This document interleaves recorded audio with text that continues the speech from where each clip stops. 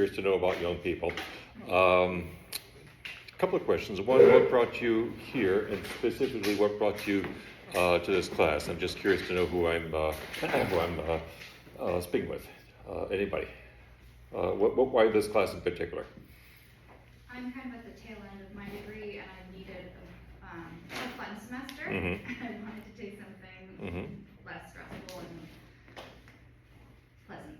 Good. So there's nothing stressful about art, about spending hours and hours and hours painting and painting and painting. That's Unless it's oil, then we're good. Good. Well, I'm David Hayes.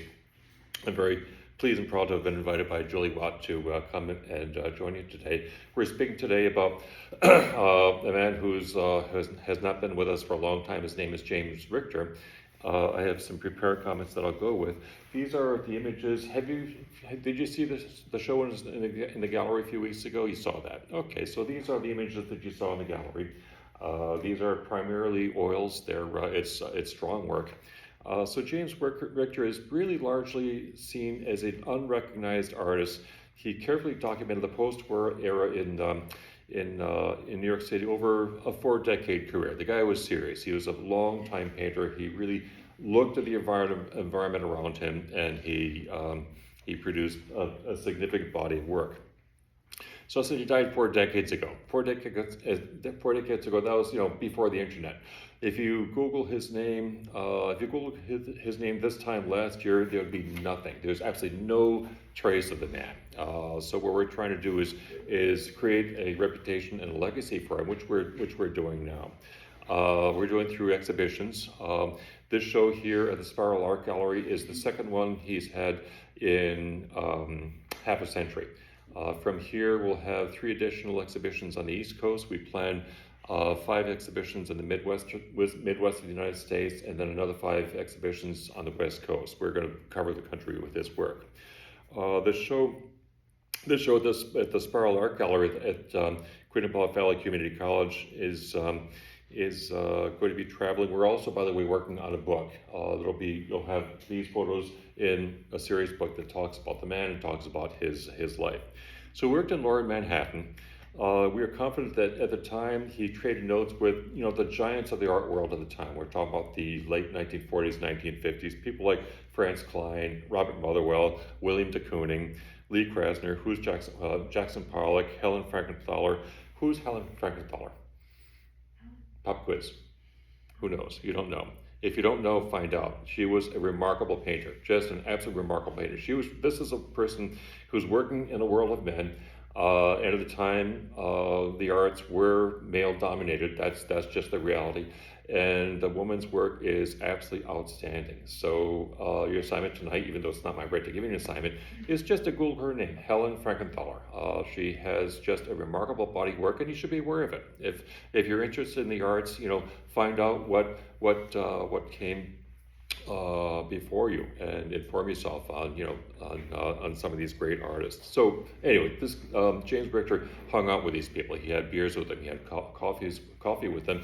And artists, they talk. They trade notes. They're always sort of comparing. They're looking at each other's works. They're giving themselves soft critiques, not the nasty kind of critiques, but helpful commentary to each improve their work. He was born from an immigrant family in Kyiv, which, as we know from recent years, is in the Ukraine. He grew up in the Great Depression and moved to the Catskills in Upper New York State. There he became a farmhand. He became very adept at fixing things, at repairing things, especially mechanical things.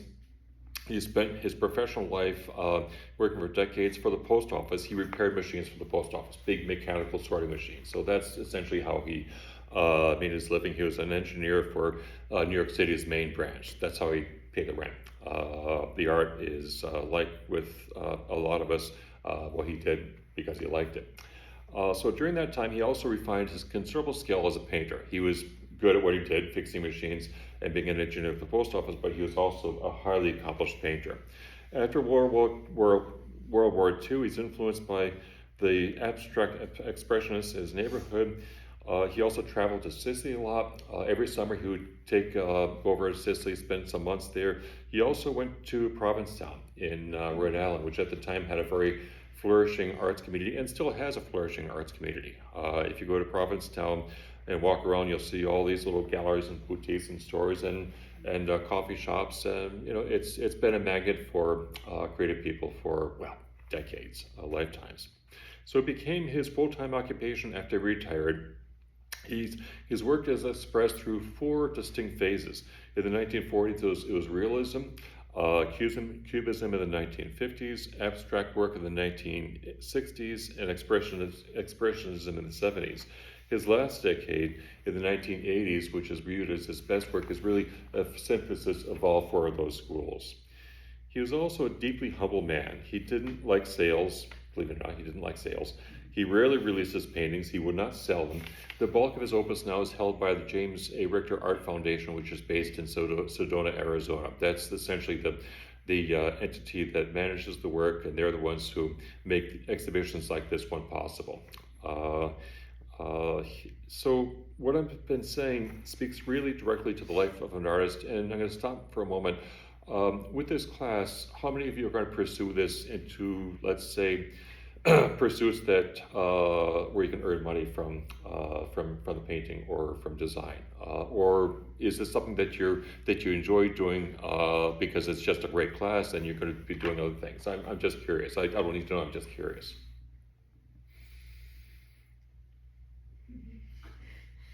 Oh, it's good. It's important to have a diverse background. When you're in school, you want to take classes in as many different possible fields as you can. Learn how to have a lively and interesting conversation with anybody who you run into.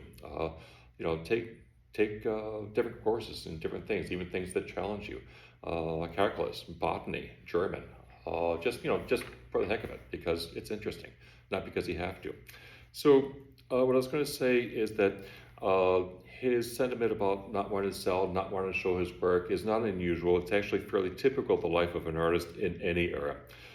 He's deeply focused on his work to the exclusion of the distraction of sales or recognition.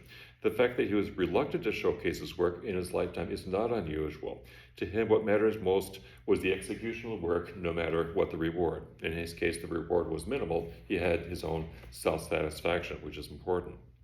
So by we, I'm talking about the foundation, now had the interesting challenge of creating a reputation and legacy from the start. Remember, he died before the internet, so there's nothing out there. There's stuff out there now, but really we're creating a legacy from scratch. So there's no trace of him.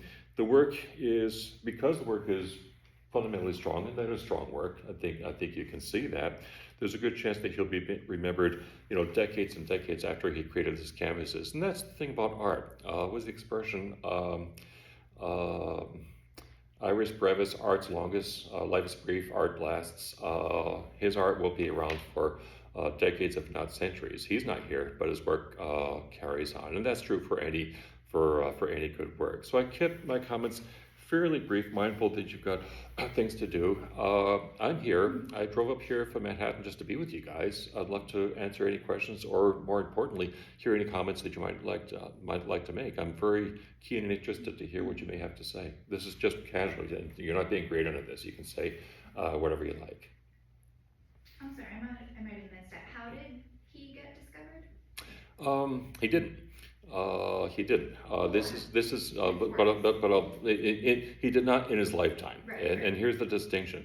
4 decades after he died, his great nephew, a man by the name of Jonathan Yarr, who is a very, very busy guy. He's a guy out in Los Angeles.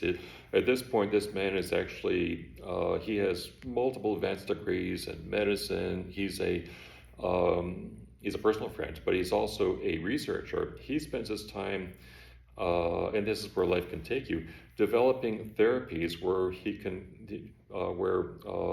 create essentially artificial blood that can be used in places like sub-Saharan Africa, places that are far away from hospitals, that will save people's lives. His work will save ultimately tens of millions of lives. So that's how he does. That's what he does now. But he also has this great uncle who he knew in his lifetime. He knew his great uncle when he was a young person, and he thought it'd be interesting to try to bring this man's legacy up to life. So you're some of the first who are seeing his work. It's been in storage, hidden away for decades and decades until now. So I'm not sure if I answered your question, No, but how many pieces? yeah, the opus of his work, they're probably I would say between 200 to 400 paintings that we know of. There may be more that are in private hands. He was reluctant to let go of his work, but some were likely did sell in his lifetime. But I would say several hundred works in his lifetime. There are also a lot of what I call ephemera, works on paper, sketches, drawings, notebooks, and things like that. And what the foundation is doing now is going through and cataloging all that stuff. By cataloging, I mean photographing, measuring, getting condition reports, and also preserving and protecting. Because it's paper, it's vulnerable to the elements, to moisture, to mold. Sometimes rodents. You never know. So the foundation's charge is to essentially protect this important body of work, and as the man's reputation grows, there'll be likely ultimately interest from museums and serious collections that want their own. So it's an ongoing process. And are they primarily oil? The bulk of his work is in oil. He also worked in oil. You're well familiar with that, I'm sure. Oh, pop question: what's the difference between oil and gouache? Who knows? Okay, so you're about to learn this in this class. I like to view the work, and sorry for getting on a tangent, but it's something that interests me. Gouache is water-based. It's a pigment that's water-based, but it has the vibrancy of oil. Oil is thick and hard and difficult, and you need paint thinners and things like that. Gouache is almost like watercolor, but it's not. The colors are far more brilliant, but it's a lot easier to work with. So sorry to lay that down. No, that's great, because our next section is gouache, so that's perfect. So there's a lot of work out there. There are the oil paintings, yes, and that's the most serious part of his work. But there are also pencil sketches. He did engravings where he actually etched, copper plate and used a press to make lithographs, and woodcuts, works on drawings, pencil sketches, charcoal, pastels. He worked in essentially all media, all two-dimensional media. By two-dimensional, I'm talking about works that hang on a wall, not three-dimensional like sculptural and such. And he was also deeply influenced by his environment, Lower Manhattan, Sicily, Provincetown. He was a very, very bright guy, highly creative. He had a regular job because he had to pay rent and pay for food. A lot of us like to do that.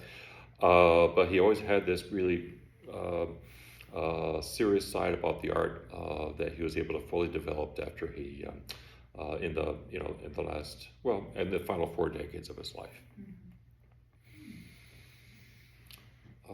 So that's that. I'm proud to talk about his work.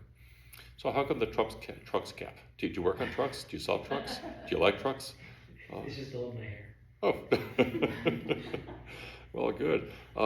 Quick story there. You guys are aware of politics, and there's a I'm going to divulge into politics for just a second, tangentially. There's a gentleman who likes his red caps. The reason, the trivia here is that the red cap comes that when he was doing in 2015, 2016, when this gentleman first ran for office, he was doing country fairs in Ohio, and he had a helicopter. He would go up and down in a helicopter. He would give little kids at the country fairs rides in a helicopter going up and down. But the prop wash from the helicopter just blew his hair all over the place. So he just put on a baseball cap one day, and that became the red hat. So that's trivia. Not that it matters, but now you know. It makes sense. I'm glad you know that. Mm-hmm. Any other questions?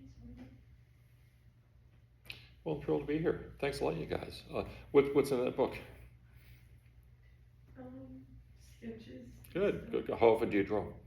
Whenever I'm in this class. Good. For all of you, and particularly for friends, for people who you know who would be interested in being like Julie, being a full-time artist, a serious artist. Not that you're not serious, you are serious, but I'll qualify that by saying getting your compensation through the arts. The secret is to draw every day. Draw every day. That's how you stay fresh and relevant and competent. But that's and don't worry, I'm not going to ask you to open it up. I was just curious. No problem. Very good. Julie, I'm thrilled. Thanks very much. Thanks very much for inviting me. This is delightful. Fantastic. And if any of you have any questions, James Richter is on the internet.